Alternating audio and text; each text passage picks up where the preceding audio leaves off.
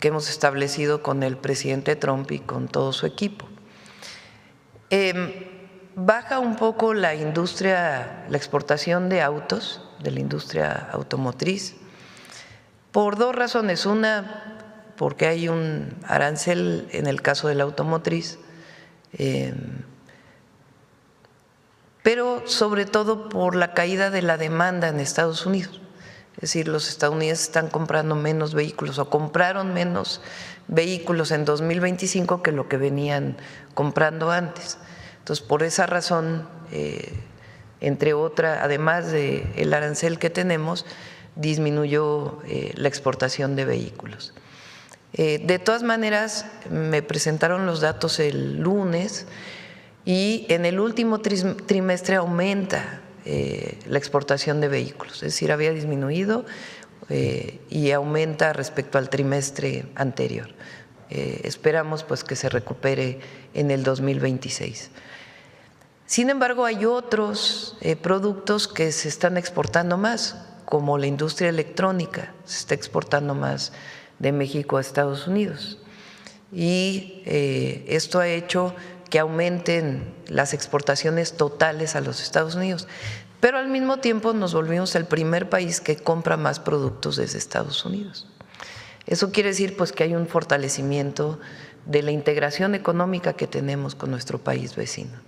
Y va a continuar eso, más allá de la propia revisión que se haga del tratado comercial, la integración económica que tenemos, la cercanía y la relación que hemos establecido, pues va a permitir que siga incrementándose. De eso tenemos pues todos los indicadores que nos muestran que así va a ser. Por eso se dice que México es, bueno, salió un artículo en el Wall Street Journal que dice que en efecto México es el que más gana aún con los aranceles que tenemos en acero y aluminio y particularmente en la industria automotriz. Por otro lado,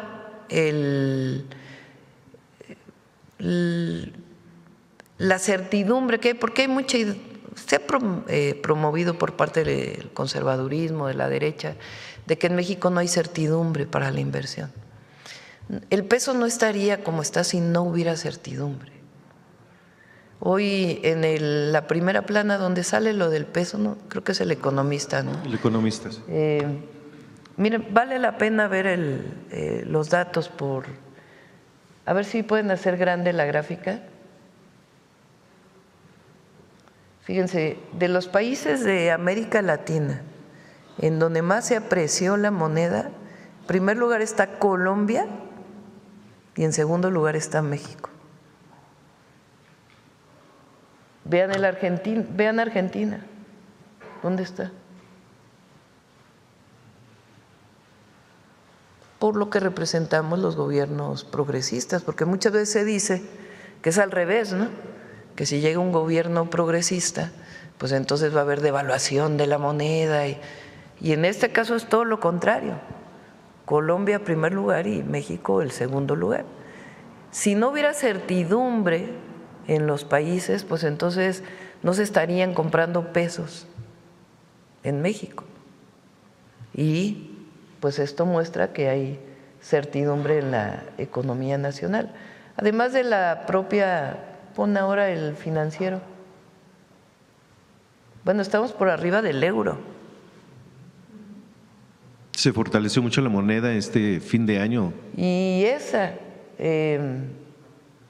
tiene la Bolsa Mexicana de Valores su mejor año desde 2009. Si no hubiera certidumbre, pues no habría este valor o este dato. Y la otra que es muy buena es que ve 72% con optimismo el desempeño que tendrá México en 2026. Expectativas en seguridad, expectativas en economía, perspectivas de año nuevo. Entonces quiere decir que la gente confía en lo que está ocurriendo en México. Y hay mucho dinero circulando dentro de nuestro país, a diferencia de otros sexenios, donde incluso viene la cuesta de enero, ¿no? Y ahorita, pues habría que ver cómo se comporta el suficientes recursos para depositar todos los programas de bienestar. Y ahora viene el depósito de la pensión para adulto mayor. Entonces, ahí la caja cerró con muy buenos datos, me informa, más de 100,000 millones de pesos por lo menos en el cierre del 31 de diciembre. Ingresos históricos, casi 500,000 millones de pesos adicionales entre 2024 y 2025 por parte del SAT. Entonces, como dije, 2025 nos fue bien y 2026 nos va a ir mejor. Y Presidenta, preguntarle hoy aquí en la mañanera, en la imagen que tenemos aquí, el año de Margarita Maza, ¿nos va a explicar un poco acerca de esto? Ahora nos va a platicar Noemí, está dedicada, ayer no tuvimos, hoy sí, Mujeres en la Historia, a Margarita Maza. Y para cerrar, Presidenta, si me permite una última pregunta, acerca de una fotografía que circuló y que usó la derecha, donde usted está tomando una selfie con… Sí, muy… es lamentable pues que se utilice la imagen. ¿Qué fue lo que pasó? Al visitar si se fijan, en realidad yo no publiqué fotografías pues con las personas que estaban en mis redes sociales, con las personas a las que visité en los hospitales, que por cierto nuestro pésame a la familia de la persona que el día de ayer falleció, doña Hilda. Fue trasladada a un hospital en Oaxaca y de todas maneras no pudo pues salvarse por las heridas que tenía. Quedan 17 personas en los hospitales todavía, muchas de ellas fueron trasladadas ya a la Ciudad de México o a otros hospitales. En este caso es un señor ferrocarrilero, él por cierto, que tomó el viaje del tren interoceánico y me pidió una fotografía, él pidió que me tomara una fotografía con él, pero no se podía levantar porque tenía problemas en el cuello, por eso está acostado sin almohada, sin nada en la cama. Y le dije, pues ¿cómo nos vamos a tomar la fotografía si usted no se puede levantar? Y me dice, pues aquí acostado, tómese una fotografía conmigo, con su propio celular. Entonces sale la foto pues de alguien que estaba en el hospital y la toma, que no sé quién haya sido, que desde otro lugar estaba tomando la fotografía. Pero fue a petición de él, que quería tomarse una fotografía conmigo y por eso la tomé. Pero bueno, es pues lamentable que se utilice de mala forma algo que finalmente fue una petición de la persona que se encuentra hospitalizada. Su parecer acerca de lo que usted vio en los hospitales, la gente que está siendo atendida, las personas que resultaron lesionadas, ¿cuál es su parecer, cuál es su visión acerca de esto, Presidenta? Sobre todo como persona, como presidenta. Bueno, pues evidentemente el sufrimiento humano le afecta a todos. Todo aquel que tiene corazón se ve afectado por una situación como la que vivimos. Y acercarse a las familias pues es una forma de decirles estamos con ustedes y les vamos a apoyar en todo lo que necesiten en la situación en la que se encuentran, tanto a las familias que perdieron un ser querido como las familias que se encuentran hospitalizadas. Y lo que hicimos fue lo que hay que hacer, que es la mejor atención que se pueda tener en los hospitales. Por eso estuvieron ahí Zoe Robledo, Alejandro Schwartz, estuvo el doctor Reyes Terán, que es director médico del ISSSTE en cada uno de los hospitales, y en un centro de control que se instaló, un centro de mando, para que ahí mismo se puedan tomar decisiones entre las tres instituciones.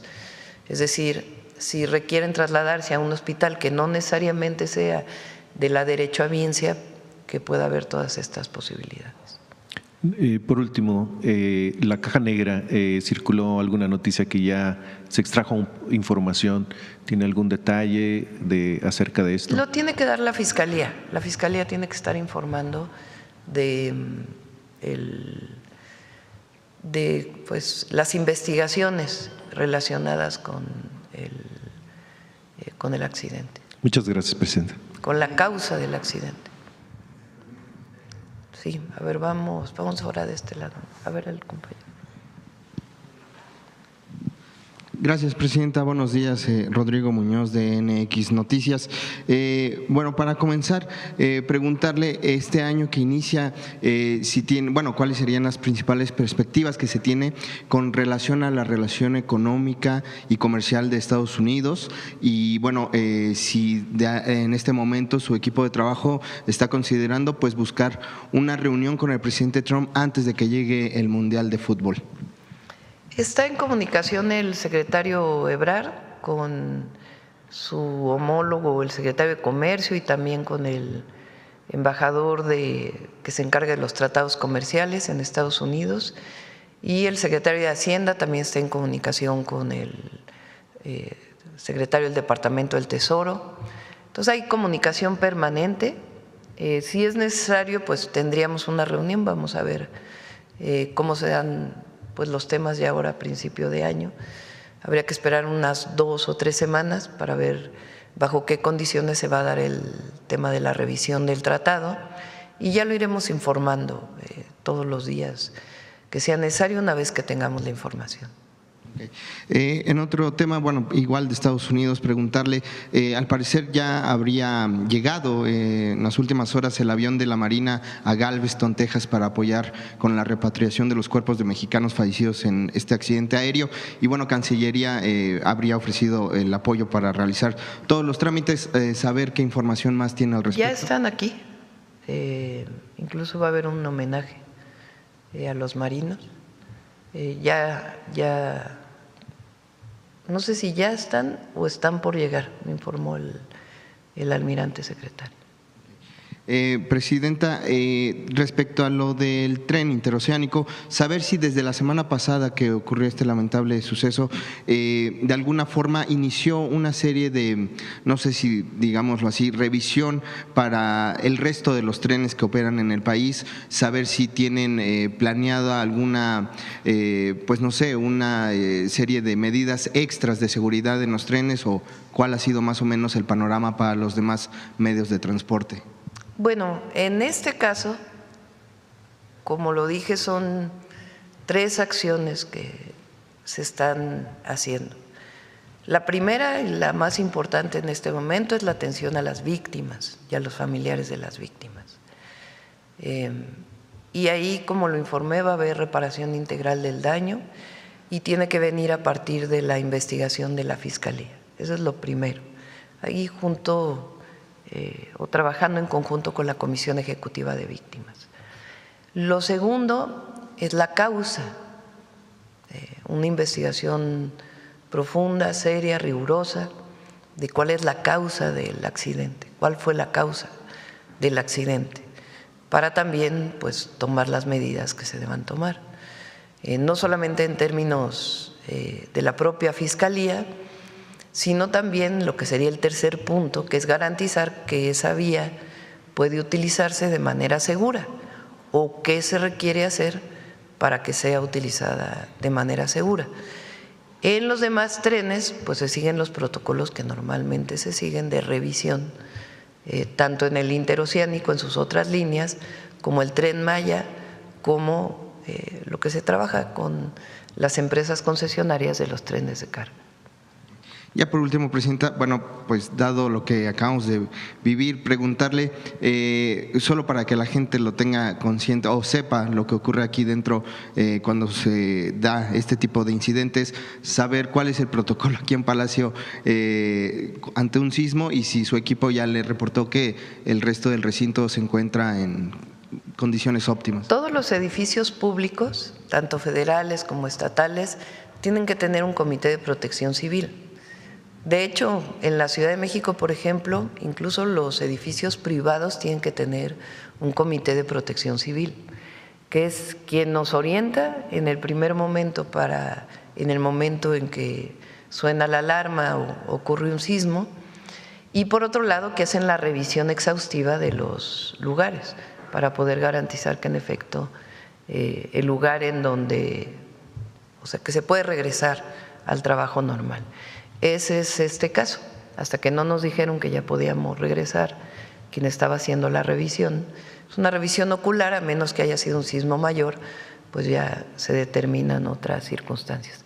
Pero todos los edificios públicos tienen un comité de protección civil que orienta y que al mismo tiempo hace las revisiones para poder informar que ya se puede regresar. Gracias, presidenta. Feliz año. Igualmente. Vamos, perdón, a las 11:30 llega a Ciudad de México procedente de Texas, 11:30. Vamos a ver de este lado a la compañera de atrás que desde el otro día está queriendo preguntar.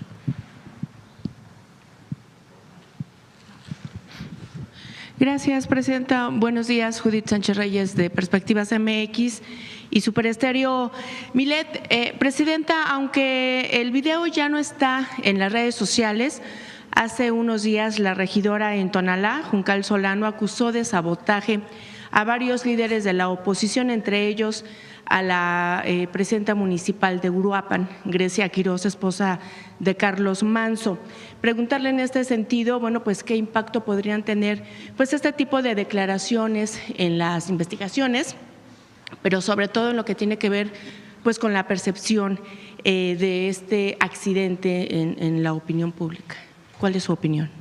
Bueno, no vi el video, no puedo opinar en particular, pero a todos pues siempre hay que ser responsables en la información que se dé, todos, medios de comunicación, quien tiene su propio canal en alguna red social, pues hay que ser siempre responsables de cualquier información que se brinde.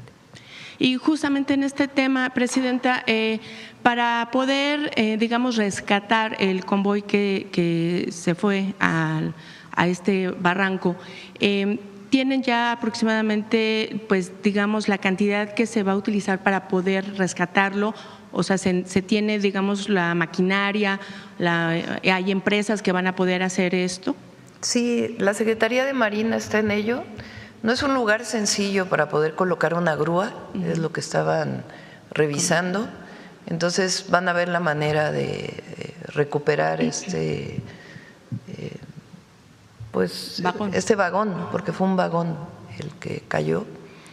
Y entonces están revisando técnicamente cómo sacarlo de ahí, por la dificultad que tiene poner grúas en un lugar en donde es muy estrecho y para no dañar la vía también. Entonces se está revisando y una vez que tengan todas las determinaciones técnicas ya les podremos informar. Gracias, presidenta.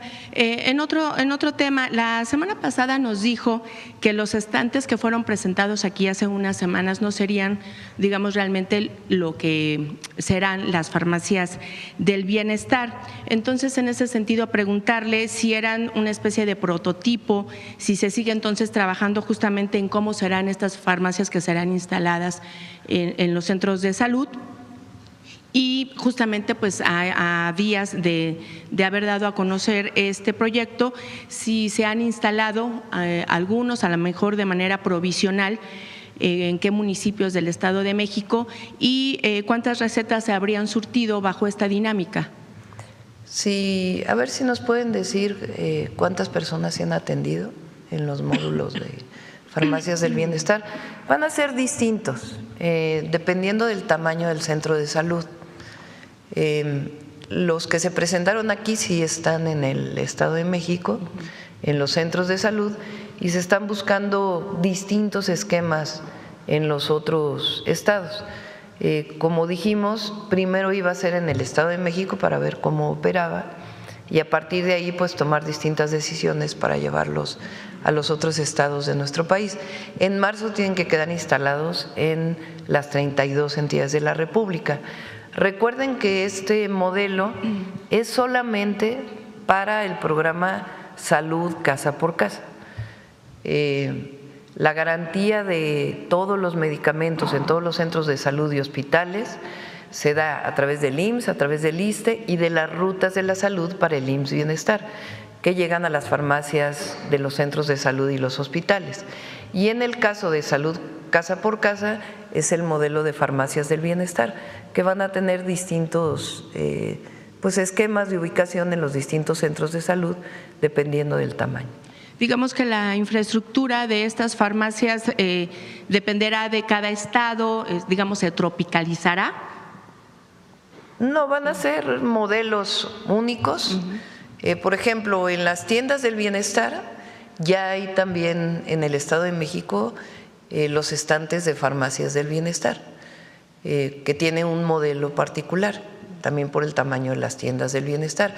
Eso es principalmente para las zonas rurales, en donde el centro de salud puede quedar un poco alejado. Entonces, para eso es el acceso a los medicamentos del programa Salud Casa por Casa. Y dependiendo del tamaño del centro de salud, pues va a ser ubicado de manera distinta o va a ser un stand distinto. Pero son 3 o 4 modelos que van a estar instalados ahí en los centros de salud, en las tiendas del bienestar, y estamos viendo algunas otras opciones. El objetivo es que el adulto mayor, ¿cuál es el programa Salud Casa por Casa? Hay una enfermera, enfermero, médica o médico, son 20,000 en todo el país.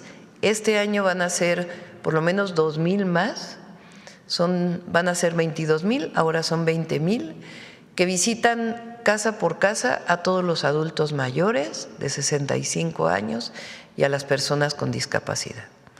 La visita presencial en el domicilio tiene el objetivo principalmente de atender las enfermedades de diabetes, hipertensión y darles un seguimiento de que se estén tomando los medicamentos de manera adecuada. Esto pues para evitar que la diabetes y la hipertensión lleven a situaciones más graves, incluso a problemas renales o problemas en las piernas, en los ojos, en fin. Entonces, es el principal objetivo del programa Salud Casa por Casa y darle un seguimiento permanente a las personas adultas mayores para que puedan tener una mejor salud, salud preventiva. Ahora, cuando hay un medicamento porque hay hipertensión, porque hay presión alta, es un medicamento que ya se toma de por vida en general. Entonces, para que ese medicamento pueda estar cerca del hogar, se instalan en los centros de salud o en las tiendas del bienestar y estamos viendo a ver si hay algunas otras opciones. La idea es que no tengan que entrar al centro de salud y hacer todo el procedimiento para llegar a la farmacia, sino que puedan llegar solamente a recoger su medicamento a través de una receta que les está dando la enfermera. Y eso pues se va a fortalecer durante el primer trimestre de este año y pues ya será una garantía durante todo este año.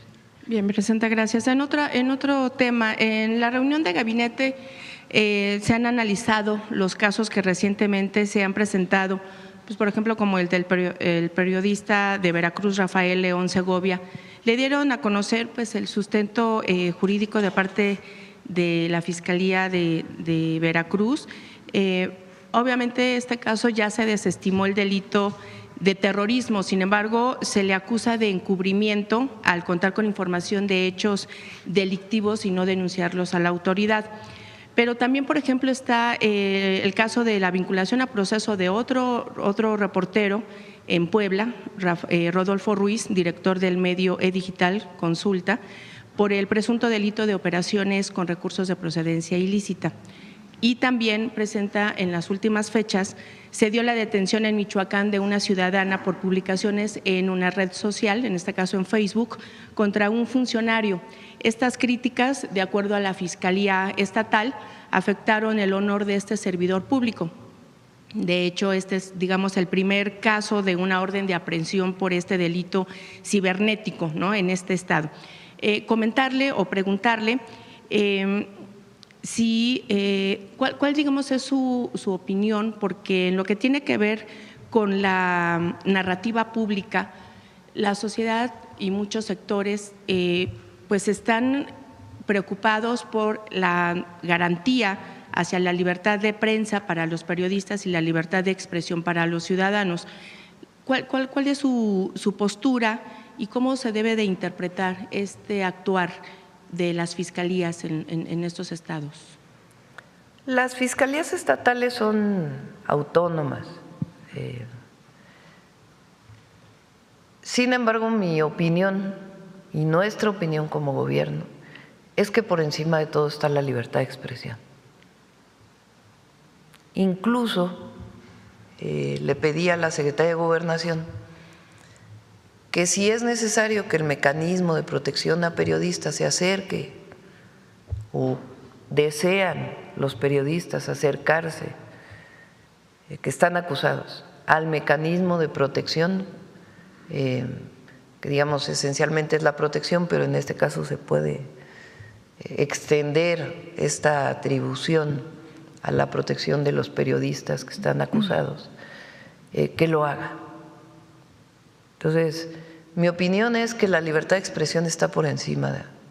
Claro, si hay un periodista que cometió un delito, pues también es como cualquier otra persona.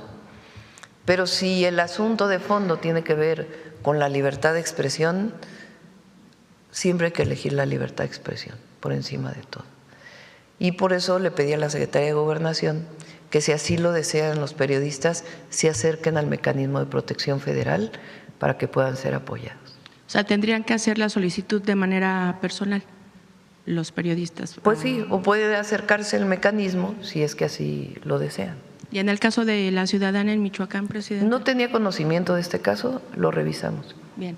Y presenta justamente el 2025, bueno, pues terminó con varios casos de corrupción y de extorsión en el que están involucrados funcionarios o servidores públicos. Perdón, por mencionar algunos. Por ejemplo, en Tabasco, el tesorero municipal de Macuspana, Juan Diego Hernández, junto con su esposa, Laura Jiménez Alejo, subdirectora de compras en el ayuntamiento, fueron señalados de extorsionar empresas y comercios locales a quienes les exigían, digamos, donativos para rifas de fin de año, con la idea de que siguieran siendo proveedores del municipio. En Quintana Roo, el sector empresarial, también dedicado a la seguridad privada, denunció ser víctima de extorsión de parte del actual director de registro y supervisión de empresas y servicios privados del gobierno, Jaime Ongay Ortiz, quien por cantidades millonarias condicionaba los permisos para operar. Empresarios que se negaban a hacer el pago, bueno, pues se les clausuraba. En testimonios anónimos, pues se dieron a conocer que hay señalamientos de hostigamiento burocrático. En este sentido, presenta, además del manejo legal y jurídico, porque ya hay denuncias al respecto, y la aplicación de la ley antiextorsión, cómo, digamos, evitar que este tipo de casos en donde están, pues, presuntamente señalados, en algunos casos ya con pruebas, algunos funcionarios o servidores públicos, no haya una protección política, porque en estos dos casos no ha habido ninguna postura por parte de los gobiernos estatales. No tenía conocimiento de estos casos, los revisamos, por supuesto. En el caso de un acto de corrupción, porque más que un acto de extorsión es un acto de corrupción, el que un funcionario público pida recursos a alguna empresa, a alguien que aporta sus servicios, que se denuncie y cero impunidad, que se denuncie a las fiscalías y que se haga la investigación y que no haya impunidad. Nosotros estamos en contra de la corrupción en cualquiera de sus formas. Entonces, si hay señalamientos de este tipo, pues tienen que presentarse tanto en la sanción administrativa que corresponde a las secretarías anticorrupción o de función pública o de contralorías de las distintas entidades, o denuncia penal de manera directa y cero impunidad. Y ya finalmente, Presidenta, bueno, pues terminó el 2025 y preguntarle si usted hizo pues un ejercicio de autorreflexión con respecto pues a, digamos, los aciertos, los logros, los avances de su programa o de su plan de gobierno, pues lo ha hecho y lo hace a través de estas conferencias, pero también pues parte de gobernar están los desaciertos. En ese sentido, si usted pues hizo este ejercicio, ¿cuál ha sido o cuál fue más bien la decisión más difícil que tomó en el 2025? Pues muchas decisiones que se toman todos los días. Yo creo que lo más importante cuando uno es servidor público, lo primero es el servidor público quiere decir estar al servicio del pueblo. Y eso hay que tenerlo siempre en mente, siempre, cada minuto, cada segundo que uno es servidor público, por encima de todo el pueblo y los principios. Y los ejercicios que hacemos con esta mañanera y con los informes que damos, de estar informando permanentemente y afrontar cualquier situación que se presente y afrontarla con responsabilidad y apoyo a la gente. Así lo hemos hecho. En términos de los 100 puntos que nos propusimos para el sexenio, pues ya vamos como en 120 porque hemos hecho nuevos compromisos también. Y vamos bien en el avance de estos 100 puntos. Y este año, informe ya lo dije, vamos a generar una serie de esquemas que nos ayuden a fortalecer la inversión pública y la inversión privada para garantizar un mayor avance y crecimiento económico del país, siempre teniendo en cuenta el principio de por el bien de todos, primero los pobres, y de la prosperidad compartida, porque no solo es crecimiento con bienestar y justicia. Entonces, siempre se hace una reflexión, todos hacemos reflexiones al cierre del año. Y lo más importante pues es lo que viene y el compromiso que uno hace particularmente como presidenta con el pueblo de México. ¿Alguna decisión de la que se haya arrepentido? No creo que el tema de arrepentirse, del arrepentimiento ayude mucho, es más bien cómo afrontar las situaciones, porque uno toma las mejores decisiones en la situación en la que está y a partir de ahí pues uno va mejorando y avanzando. Gracias, Presidenta. Gracias. Vamos adelante. Ahora de este lado, ¿verdad? Porque no hemos preguntado. A ver, allá atrás, que no. Gracias, Presidenta. Carlos Padilla, de la revista… ¿Te doy Belmont? Porque se prende y se apaga. Gracias, Presidenta. Carlos Padilla, de la revista Zócalo. Este año 2026 se cumplen 40 años del Consejo Estudiantil Universitario, ese movimiento estudiantil, de ese movimiento estudiantil triunfante que impidió el aumento de las cuotas y también propició que continuara el pase automático de las preparatorias y CCHs a la UNAM, que está impulsando el exrector Jorge Carpizo, que muchos de ustedes impulsaron e impidieron estas medidas. En mayo de 2024, antes que usted triunfara, publicamos aquí en la revista Zócalo un número que titulamos La generación del CEU al poder. En la portada aparece usted, Imanol Ordorica, Jesús Ramírez, Lenia Batres, Martí Batres, esa generación de estudiantes, de jóvenes pues impidieron esas medidas autoritarias. Entonces, la cuarta transformación se ha caracterizado por recuperar la memoria histórica de los movimientos sociales.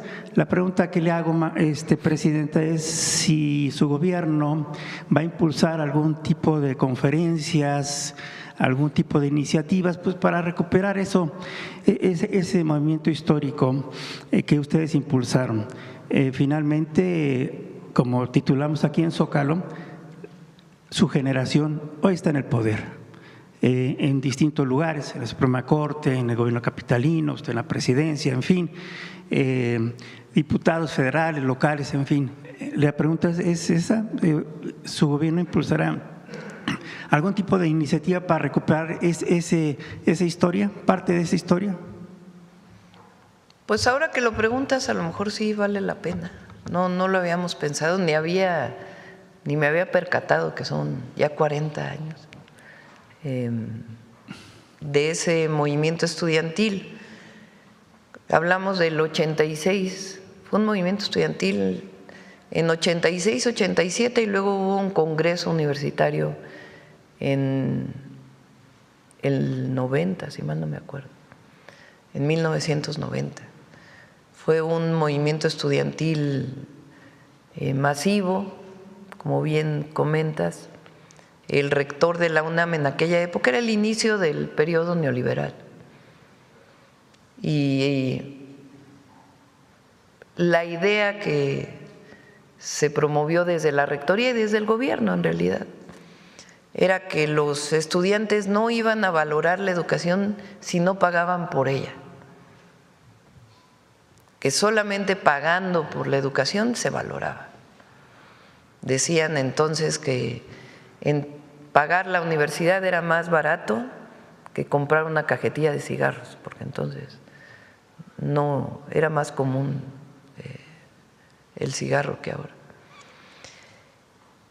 Entonces querían aumentar cuotas de inscripción, de colegiaturas, de cualquier trámite que se hiciera en la Universidad Nacional Autónoma de México, quitar el pase automático de la preparatoria y del CCH a la universidad, imponer exámenes departamentales iguales para todas las carreras, entre otros asuntos.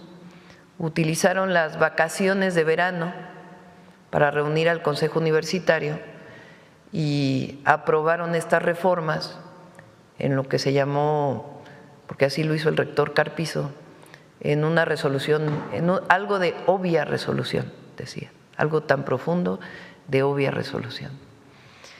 Entonces, por ahí de septiembre, agosto, septiembre, nos empezamos a organizar como estudiantes en asambleas para decir que estábamos en contra de eso que se había aprobado. Y pedíamos un diálogo público, fue lo primero que pedimos, un diálogo público. No sé si fue agosto o septiembre, a lo mejor fue antes, no lo recuerdo. Pedíamos un diálogo público porque los estudiantes de 1968 lo que pedían era un diálogo público con el gobierno y nunca se dio ese diálogo público. Recuperando aquella demanda del movimiento estudiantil del 68, decíamos se requiere un diálogo público y en efecto la rectoría aprobó el diálogo público y se hizo un diálogo público en un auditorio en la Facultad de Filosofía y Letras, el auditorio Justo Sierra, que los estudiantes en el 68 le habían puesto el auditorio Che Guevara. Ahí hubo un diálogo muy largo, fueron muchos días. Eran 10 representantes de la rectoría y 10 representantes de los estudiantes. Y la rectoría pensó que iba a ganar el debate. El diálogo público se hizo en Radio Universidad y resulta que quienes ganamos el debate fuimos los estudiantes, porque defendíamos algo que ustedes me han oído decir hasta la fecha. La educación es un derecho, no es una mercancía ni es un privilegio. La educación pública debe ser gratuita y además así lo dice la Constitución. Entonces nosotros defendíamos la Constitución de la República, el artículo 3º constitucional, frente a la autoridad universitaria y el gobierno que defendían algo que era inconstitucional. De ahí nos fuimos fue el diálogo público, trataron de romperlo con la entrada de porros al auditorio Che Guevara. Hay una escena por ahí donde yo ando, no la ponga, donde yo estoy gritando en el auditorio, compañeros, no caigan en provocaciones, así.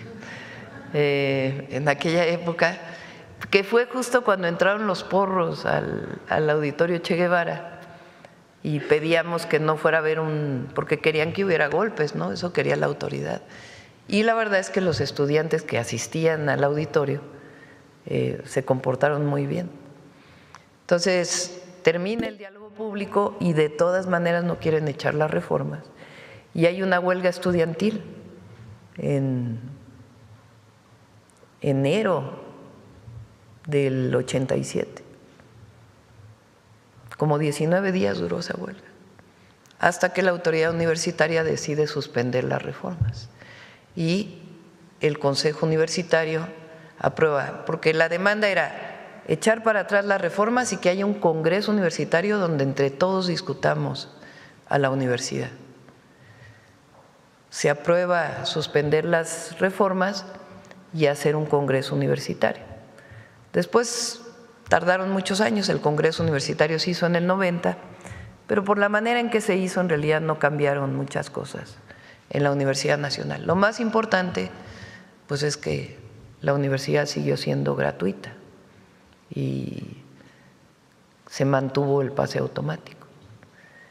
Y si se fijan, pues es lo que defendemos ahora: más educación para todos, más preparatorias, más universidades, que no haya examen de entrada a la preparatoria, que el joven vaya a la preparatoria que le quede más cerca de su casa y que haya educación pública gratuita, de calidad para todas y todos los jóvenes mexicanos. Y sí, se cumplen 40 años, voy a cumplir este año yo 64, tenía 23 años entonces. Y pues yo creo que vale la pena pues hacer una reflexión en algunos espacios de lo que fue no solo ese, sino otros movimientos estudiantiles que han marcado la historia del país. Así es. Si me permite, cada año la Secretaría de Cultura entrega a miles de trabajadores despensas como parte de una prestación, y este año las despensas fueron más copiosas, trajeron más productos. Sin embargo, aproximadamente el 30%, si no es que más, de esos productos son productos ultraprocesados, que aquí se ha mencionado en varias ocasiones que pues no es conveniente su consumo. En esas despensas se incluyen mayonesa, café, galletas, salsa de tomate, chocolate, productos ultraprocesados de marcas comerciales. Y ahora que su gobierno está impulsando, también incluyen semillas como frijol, lentejas y otros, arroz. Ahora que su gobierno impulsa pues la producción de frijol, de lenteja, tal vez sea conveniente que para impulsar esa producción, pues esos productores que están haciendo Café Bienestar, por ejemplo, pues se incluyan en esas despensas precisamente para impulsar la producción de esos productos y evitar los productos ultraprocesados que hacen daño para el consumo. No sé si tengan usted alguna opinión al respecto. Pues es una buena propuesta. Lo que sí estamos haciendo es compras públicas directas a los productores, particularmente de frijol, lenteja ahora con el Plan Michoacán y algunos otros productos para evitar el intermediarismo. Entonces, sí se están haciendo compras públicas de las distintas instituciones que hacen alimentos para que se compren directamente al productor, entre otras acciones que estamos haciendo para mejorar los precios particularmente los granos, que durante el 2025 cayó mucho su valor, igual que se espera probablemente que ocurra también en 2026. Entonces, pero lo consideramos para las siguientes compras de despensas. Se lo comentamos ahí a la subsecretaria de Egresos. Por último, Presidenta, el artículo 82 constitucional establece los requisitos para que los mexicanos que se interesen se postulen a la presidencia de la República. Entre esos requisitos, bueno, edad, no tener antecedentes penales. Y en estos momentos su gobierno impulsa una reforma electoral. Hemos leído en varias ocasiones que tardan muchos años para que, por ejemplo, los partidos que pierden su registro por baja votación, pues desaparezcan. Entonces, en los partidos se invierten recursos públicos y tal vez ese tiempo prolongado por desaparecer pues implique gastos mayores para el erario público, por un lado. Y por otro, pues también se espera que los ciudadanos que aspiren a la presidencia sean probos, no tengan una actividad ilícita y también tal vez pues también paguen impuestos. Ahora hemos conocido que un empresario evasor fiscal pues quiere postularse o está interesado o ha declarado su interés por postularse por un partido conservador y de derecha. Tal vez, no sé si podría ampliarse en los requisitos para que quien se postule a la presidencia por lo menos pague sus impuestos. No sé qué opina usted.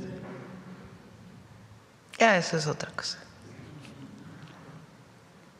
Para eso hay instituciones, el INE, el Tribunal Electoral. Ahora, en el caso de los partidos que planteas, en el momento que el Tribunal Electoral establece que perdió el registro, ya su última decisión, la Sala Superior, en ese momento dejan de recibir recursos públicos. Así es ahora.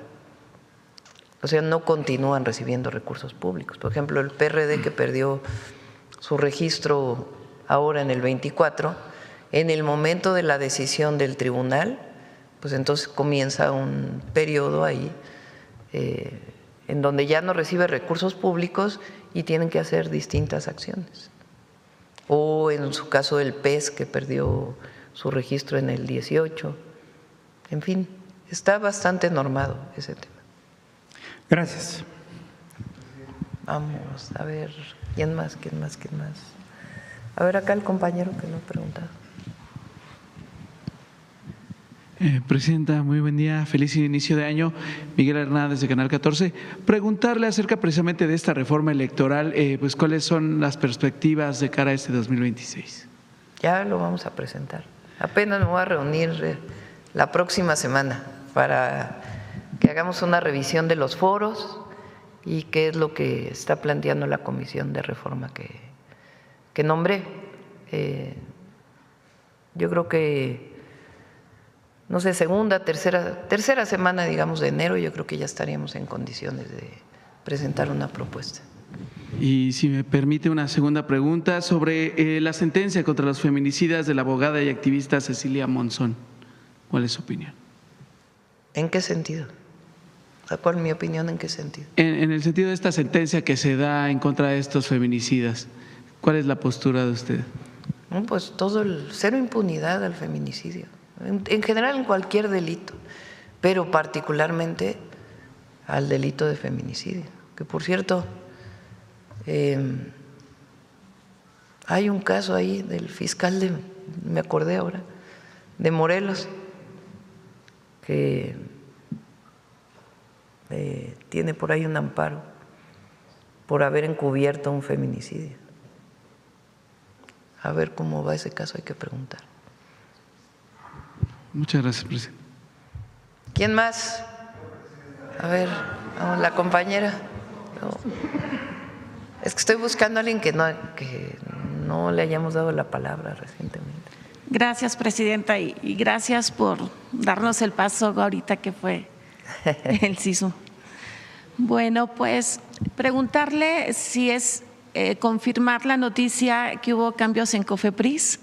Sí. Que ahora el director es el doctor Víctor Hugo Borja. ¿Y a qué se deben estos cambios? Fue una decisión que tomó el secretario de Salud. COFEPRIS es una institución muy importante. Ahí se aprueba todo lo que tiene que ver con salud. Nuevos medicamentos, alimentos, en fin. Como ustedes saben, durante un periodo muy largo hubo, incluso estaba terciarizada su aprobación. Después el presidente López Obrador, cuando llegó Alejandro Schwartz a COFEPRIS, pues hicieron una revisión muy profunda de cómo estaba la corrupción ahí, se mejoró muchísimo. Ahora hemos hecho distintos procesos de disminución de tiempos también, porque así como no queremos nada de corrupción, también tiene que ser una institución eficiente que pueda dar los resultados de una revisión con tiempo para que haya mayor desarrollo en el país de algunas acciones, medicamentos y otras actividades relacionadas con la salud. Y el doctor Kersenovich consideró que era mejor hacer un cambio, y el doctor Víctor Hugo Borja, él estuvo en el IMSS mucho tiempo, él creo que ya está jubilado del IMSS, entonces decidió nombrarlo a él como director de COFEPRIS. Gracias. Bueno, mi nombre es Gloria Carpio, de Diario Imagen. Ahora que es aquí la secretaria de Turismo, Josefina Rodríguez Zamora, y que se informó que en abril próximo se celebrará el Tianguis Turístico de México en Acapulco, y que cerró con una ocupación hotelera de más del 96%, y que usted estuvo ahí en Acapulco hace unos días y que invitó al turismo a visitar este puerto porque comentó que está fortalecido gracias a su gente. ¿Nos podría ampliar un poquito de su experiencia, como su percepción ahorita que estuvo en Acapulco? Acapulco hemos hecho varias acciones. Primero, Acapulco pues sufrió el Otis y después el huracán John. Particularmente el huracán Otis tuvo afectaciones pues en muchísimas instalaciones y en muchísimos hoteles, condominios, etcétera. El presidente López Obrador pues lo primero que definió un plan integral para la atención de Acapulco, la atención a la gente que había sufrido daños en sus viviendas, a la infraestructura pública y también esquemas de apoyo para la recuperación de los hoteles, condominios, edificaciones, restaurantes, etcétera, etcétera. Y la verdad es que las y los acapulqueños, además de ser extraordinarios trabajadores del turismo, de ahí se han ido a muchísimos destinos turísticos. Hay muchos guerrerenses en Quintana Roo, en Baja California Sur y en muchos otros destinos turísticos que aprendieron del turismo de sus padres o de la familia y que después migraron a otros lugares de destinos turísticos. Pero además los guerrerenses son personas que han vivido muchísimas calamidades, entre otras muchos gobernadores terribles, y han salido siempre adelante. Entonces, este apoyo que se dio desde el gobierno del presidente López Obrador y la gente misma, pues permitieron que Acapulco saliera adelante. Después viene, cuando entramos nosotros, un año después, el huracán John, que hay inundaciones en muchísimos lugares y también más afectaciones. Apoyamos a la población y también pues la restauración de Acapulco. Y ahí definimos junto con Josefina, que entonces era subsecretario, Sebastián Ramírez, junto con su equipo, se dedicaran en una buena parte a trabajar por el bien de Acapulco en un programa integral que llamamos Acapulco se transforma contigo. Después Sebastián lo nombramos director de Fonatur y hay otra institución que se llama Fonatur Infraestructura, en donde está otro compañero que se llama Alan, no recuerdo su apellido, Aispur. Entonces, Josefina y los dos, Sebastián y Alan, han hecho un trabajo extraordinario. Entre otras cosas, tomaron la decisión de que los servicios públicos de la costera los desarrollara Fonatur Infraestructura. Y algunas acciones que hemos realizado donde hemos destinado recursos. Entonces, se cambiaron todas las luminarias, se hizo un esquema especial de limpieza de las playas, trabajando también con los comerciantes de las playas. El camellón de la costera pues está, yo creo que mejor que nunca, hermosísimo. Está muy limpio Acapulco por todo este esquema de limpieza que han implementado. Estas son algunas de las obras que se hicieron en banquetas. Repito, se cambiaron todas las luminarias y contratando personas también de Acapulco en Fonatur Infraestructura. Además, pues son las obras que están haciendo con agua y marina, porque se están desasolvando ríos, limpiando drenajes, en fin, un trabajo integral muy importante que entre este año, el 2025 y los siguientes es una inversión de alrededor de 7,000 millones de pesos. Entonces, y además, pues lo que han hecho los hoteleros y lo que han hecho la misma gente. Entonces, realmente Acapulco está muy hermoso. Digo, nosotros, bueno, yo que soy chilanga, pues muchas vacaciones de mi vida, pues mis padres los pasé en Acapulco. Y realmente ahora que fui, pues está realmente muy, muy bien. Entonces, eso se nota y también en seguridad se ha hecho mucho. Entonces, eso se nota en 90% de ocupación, ¿90 y qué? 96% de ocupación hotelera. Y todavía nos faltan nuevas cosas porque hay que terminar un club de golf que hay ahí que es público, que se va a hacer con ese lugar y algunas otras áreas. Entonces, está muy, muy bien Acapulco. Y si no tuviera ese pueblo trabajador y de lucha, pues no estaría como está. Gracias. La promotora UCESA informó que en el 2025 solamente de 5 conciertos se generaron más de 9,000 millones de pesos de derrama económica. De esos conciertos, de esos 5 conciertos, 4 fueron en la Ciudad de México, 1 en Nuevo León. Entonces, y este año se celebra el Mundial, que se prevé una derrama económica de 3,000 millones de dólares.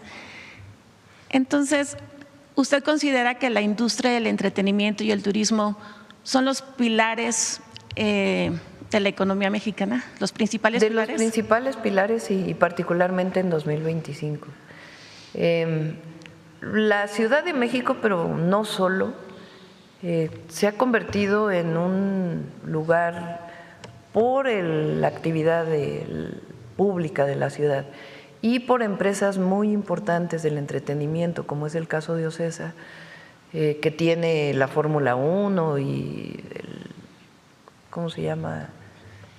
Ahora se llama de otra manera, ¿no? El Foro Sol, pero ya no es Foro Sol. El Estadio GNP. Que se ha convertido en un lugar de los mejores espectáculos del mundo. Aquí quieren venir los mejores artistas del mundo. Entonces, y esto que está ocurriendo también en muchas otras ciudades del país. Entonces, sí, la industria del entretenimiento es muy importante para México y el turismo, porque la verdad ha hecho muy buen equipo Josefina, porque no se destinan muchos recursos a la promoción, sino es más bien la actividad constante de la Secretaría de Turismo, que está en distintos lugares de México y del mundo. Recientemente estuvieron en China con una feria del turismo que no había habido nunca, para poder traer gente de otros lugares del mundo a que visiten México. Por eso decimos que México está de moda. Y ya por último, el secretario de Salud, Mario Delgado, informó que se lograron… de Educación, Mario Delgado, informó que se lograron 26 sentencias favorables contra empresas que comercializaban productos chatarra en escuelas, y que además las jornadas de salud dieron como resultado que 5 de cada 10 niños tenían obesidad. Entonces ya el 86% de las escuelas ya no venden productos chatarra, lo cual es un gran logro de la Cuarta Transformación. ¿Su opinión, Presidenta? Ha habido mucha cooperación de los padres y madres de familia y de las escuelas en este programa de evitar la venta de productos chatarra en las escuelas, de refrescos, de productos procesados con mucho azúcar. Las niñas y los niños al principio protestaban bastante. Ahora se han hecho conscientes también, yo creo, de esta necesidad. Y va acompañado de este programa que se llama Vive Saludable, Vive Feliz, en donde profesionales de la salud van a las escuelas públicas principalmente a darle un seguimiento a los niños y las niñas e informar a los padres y madres de familia de problemas de salud que puedan tener. Falta una parte muy importante que le vamos a dar peso este año, porque no necesariamente estamos viendo cuál es la razón, porque se hace un diagnóstico y se le entrega a las papás y a las mamás. A veces no lo van a recoger a la escuela, o si lo recogen no van a, por ejemplo, un programa que tenemos, que hemos desarrollado con la iniciativa privada para poder dar lentes gratuitos para los niños y niñas que tienen algún problema de vista. Y sin embargo, aunque es gratuito, no están llevando a los niños a realizar su examen de la vista, porque no es solamente con, como se hacía antes nada más, no me acuerdo cómo se llama esa prueba, donde se ven las letras y números, sino que ahora se tiene que hacer una revisión mayor para saber realmente pues qué tipo de lentes debe de usar el niño o la niña. Entonces vamos sobre esa parte para que una vez que se ha hecho el diagnóstico, los papás y las mamás pues puedan llevar a sus hijos al centro de salud, y eso nos va a ayudar también mucho. Muchas gracias. Lo vamos a informar el lunes con más detalle. Hay un estudio que hace Secretaría de Hacienda, Secretaría de Economía y Comunicaciones y Transportes, de que el objetivo original del decreto ya había sido cumplido y que en realidad estaban entrando vehículos pues ya muy antiguos y que no necesariamente cumplían con el decreto. Entonces, por eso se toma esta decisión. Y si el lunes o el martes ya lo informamos con todo detalle. Yo creo que, a ver, acá, y terminamos. Gracias, Presidenta. Muy buenos días. Buenos días a quienes nos escuchan y nos ven. Y bueno, feliz año, y aunque este gran susto que nos depara este 2026, pues felicidades a todo mundo. Inicio con esta pregunta. El presidente de Argentina, Javier Milei, afirmó que con la llegada de los gobiernos de derecha y de centro de derecha en América, pareciera que la región ha despertado de la pesadilla del socialismo del siglo XXI. Esto es en declaraciones al periodista Andrés Oppenheimer de CNN.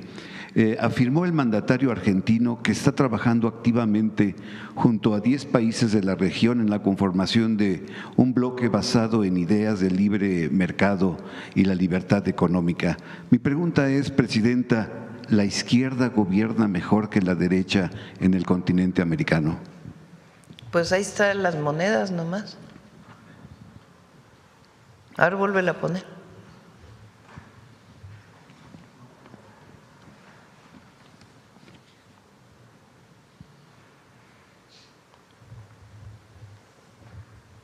Peso colombiano, 14.3% de avance, de apreciación.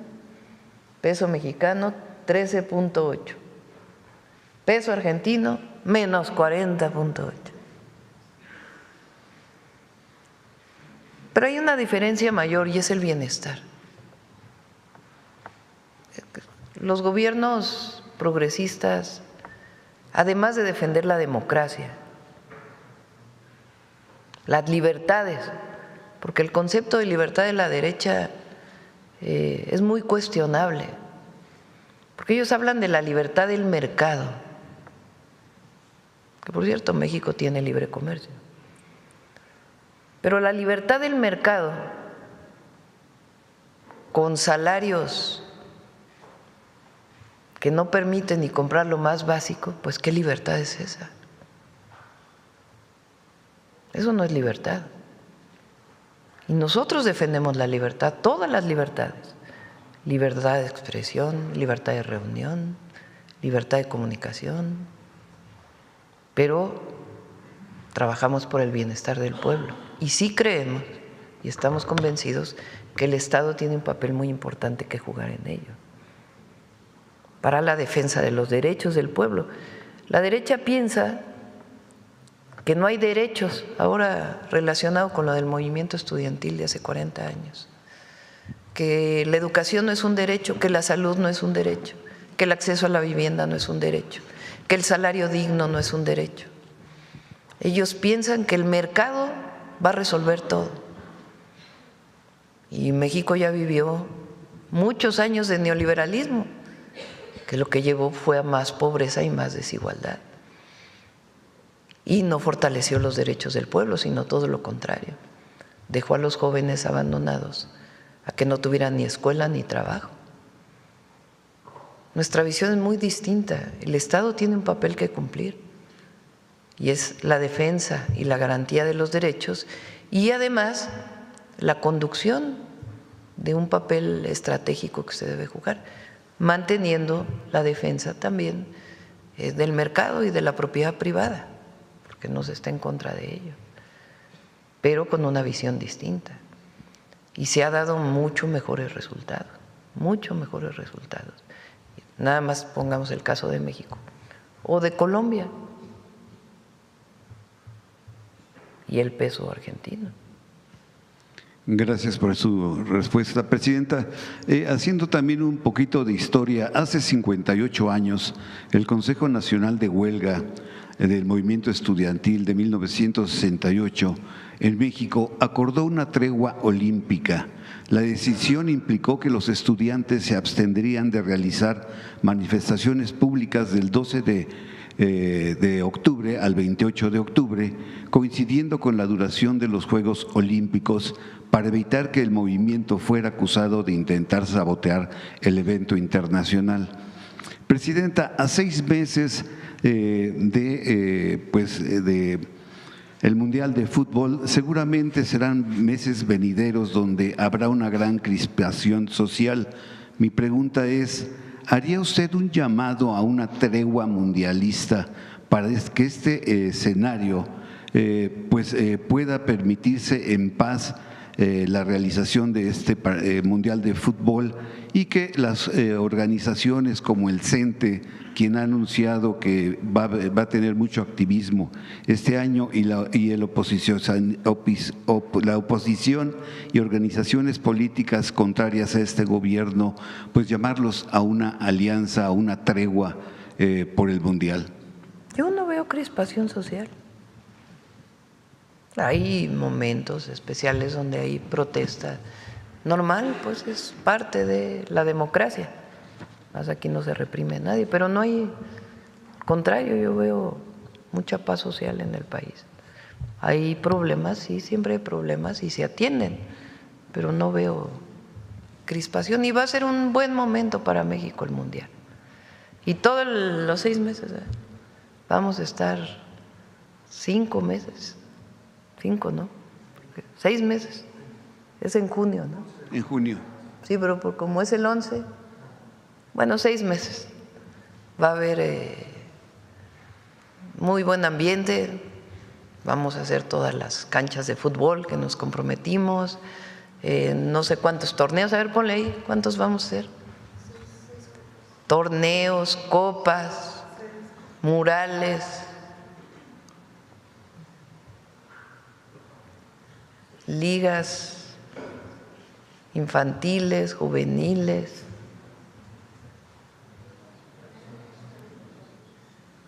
Va a ser un muy buen año, 2026, muy buen año. No va a haber que hacer llamados. Una Copa Nacional Escolar, una Copa Paralímpica Popular, del Trabajador, de Mujeres, Copa de Oro, CONADE de atletas de alto rendimiento de 12 a 15, 63 torneos, que ruede el balón por la paz, 74 mundialitos y copas. Ya vamos a empezarlos a anunciar. No nos van a alcanzar las mañaneras para anunciarlos todos. Como siguiente pregunta, Presidenta, el gobernador del estado de Puebla, Alejandro Armenta, asegura que Manuel Bartlett es un luchador social por la democracia. Propone que el Arco de Libramiento Norte en Puebla lleve el nombre de Manuel Bartlett. Le pregunto, ¿qué opinión le merece esta propuesta sobre don Manuel Bartlett y si usted aceptaría que alguna avenida o alguna escuela pública llevara el nombre de Claudia Sheinbaum Pardo? No, yo no voy a mi nombre en ningún lado. Yo soy… Que quede si el legado va a quedar, pues es el legado de lo que hicimos, ¿no? Bartlett tiene temas en su vida. Nosotros nos quedamos con la última parte, que es la defensa patriótica del sector energético. Hay polémica evidente porque fue secretario de Gobernación en el 88 con el fraude electoral contra el ingeniero Cárdenas, la famosa caída del sistema. Él habló muchas veces de ello y otros periodos de su vida. Pero lo que es cierto es que fue un hombre, o es un hombre, fue un hombre mientras estuvo en el servicio público, pero es un hombre que hizo una defensa a ultranza de Pemex, de Comisión Federal de Electricidad, y eso es muy importante para el país, en momentos en donde no muchos lo hacían. Entonces, nuestro reconocimiento a él por eso. Y finalmente, Presidenta, en redes sociales en este 2025, en diciembre, se hizo viral las declaraciones de un economista, él es Richard Wolff, profesor emérito de la Universidad de Massachusetts, quien asegura que Estados Unidos en 1848 le robó la mitad de territorio a México y que nunca pagó un centavo justo por él. Dice que hay un documento que circula en la Casa Blanca de 47 páginas titulado Evaluación del riesgo de la demanda de territorio real mexicano. Mi pregunta es, según el economista, usted en diciembre del 2025 presentó una demanda territorial por $2 trillones. ¿Es real esta información, Presidenta? Oye, fíjense, ahora que está el tema del derecho de las audiencias, ayer justo le hablaba con Pepe Merino, porque en el área de la agencia digital, de la Agencia de Transformación Digital y Telecomunicaciones, digamos que ahí está orientada la Comisión de Telecomunicaciones, que es, digamos, la nueva comisión después de IFETEL, ¿no? Y quedó en la ley el tema del derecho de las audiencias, que es para todos, yo creo, no solo para los medios comerciales, sino en general, porque la cantidad de noticias falsas que hay en los medios comerciales y en las redes sociales es tremenda.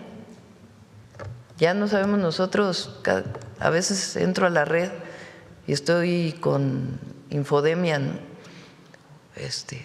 Oigan, pongan que esto no es cierto, que esto no es cierto, que esto no es cierto. Se cansa uno de estar desmintiendo. No. Nosotros, lo que sí hicimos, si se acuerdan, fue una demanda ya a Google, que no sé cómo vaya, vamos a preguntarle. La presentó en su momento Ernestina, pues ahora tiene que darle seguimiento Estela, por el tema del Golfo de México,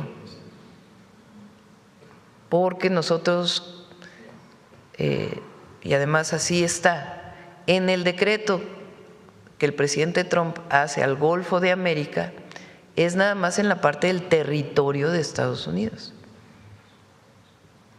Y la otra parte se sigue llamando Golfo de México. pero Google pone en su Google Maps Golfo de América si estás en Estados Unidos y Golfo de México si estás en México. Entonces, por eso hicimos una demanda que hay que ver cómo va, para que se corrigiera y que en cualquier lugar del mundo, pues la parte que le corresponde a Estados Unidos se llame Golfo de América y la otra se siga llamando Golfo de México, como debe ser. Sobre todo la parte territorial de México y la de Cuba, ¿no? Porque se comparte. Entonces ahí fue que hicimos esa demanda, no sé cómo vaya, pero no, la otra es fake news, noticia falsa. Mil gracias por sus respuestas y feliz año nuevamente. Gracias. Vámonos a Margarita Maza. ¿Alguna actualización de la información del sismo? Magnitud 6.5 de sismo al suroeste de San Marcos, Guerrero, a las 7:58 horas. En Guerrero ya se activaron protocolos y recorridos en la zona. Hasta el momento no se reportan afectaciones ni afortunadamente ningún fallecimiento. Hasta las 9 horas se tienen registradas réplicas pequeñas, la mayor de magnitud 4.2. ¿Y de la Ciudad de México? No, hasta el momento no se reportan afectaciones, es lo que nos dice Laura Velázquez.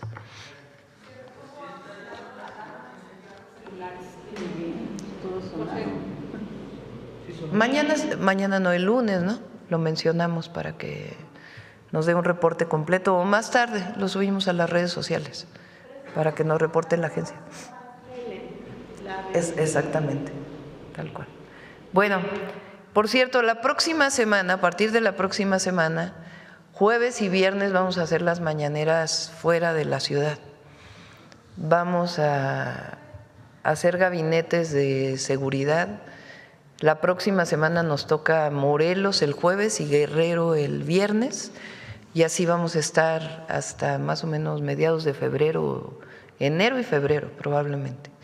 Entonces, jueves y viernes, la mayoría las vamos a hacer fuera para que tomen sus precauciones o nos vean por las redes sociales. ¿Perdón? En Acapulco, sí. Bueno, vamos con Mujeres en la Historia. Todavía es Margarita Maza y después Suave Patria. Adelante. Pasa.